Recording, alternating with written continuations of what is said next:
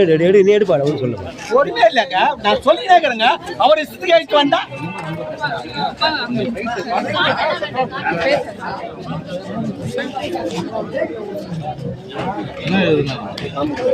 கம்மியா போட்டு வரோம், அது வந்து அதிகமா போட்டு அடுத்து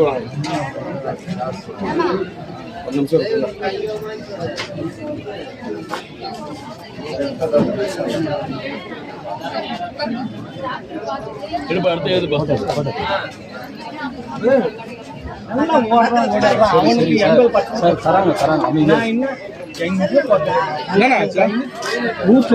80%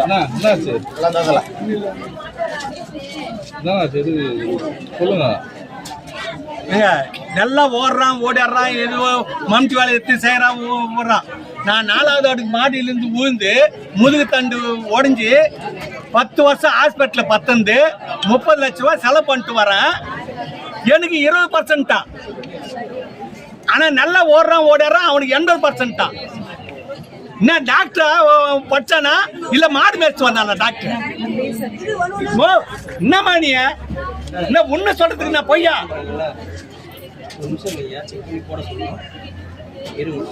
அனியா இல்ல இது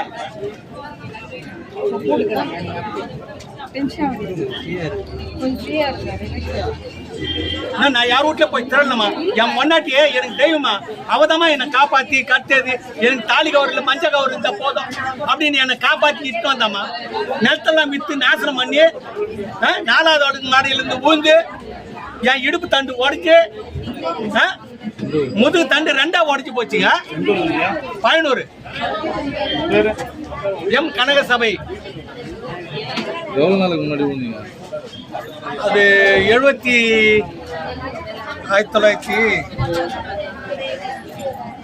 நீங்க எத்தனை வருஷம் ஆகுதுன்னு கேக்குறாங்க.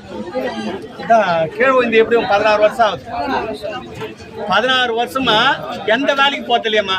என் பொண்டாட்டி ஏதோ சம்பாதிக்கிறா, அதை எடுத்து வந்து போட்டு நான் துணி உட்காந்துக்கிறேன். பக்கமா இந்தம்மா நான் இந்த பூந்து போறது தான் நான் இப்படி இருக்கிறேன். எங்கேயும் போறதில்லை.